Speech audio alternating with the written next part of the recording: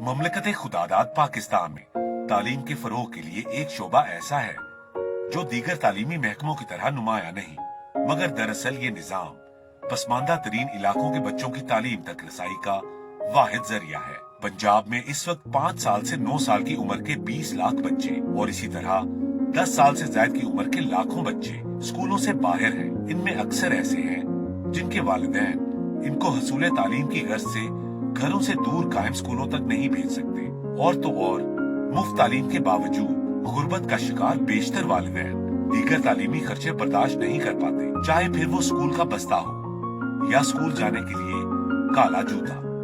यहाँ महदूद वसाइल के साथ शऊर की भी कमी एक बड़ी वजह है, जिसके बायस खास तौर पर बच्चियां तालीम से महरूम रह जाती हैं।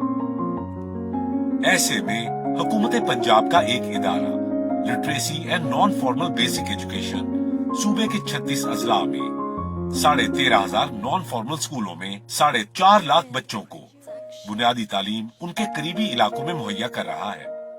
इस तरह ये non formal school feeder school का काम करते हैं। यहाँ से बुनियादी तालीम के हसूल के बाद तलबा फॉर्मल स्कूलों में अपनी तालीम जारी रख पाते हैं। ये वो बुनियादी तालीमी मराकज हैं जो इन बच्चों को मुआशरे का बोझ बनने की बजाय मुआशरे का एक बावकार शहरी बनने में मदद देते हैं। ये बच्चे मुंतजिर हैं इस तवज्जो के और इस एतमाद के जो हम अपने बच्चों को देना अपना फर्ज समझते हैं।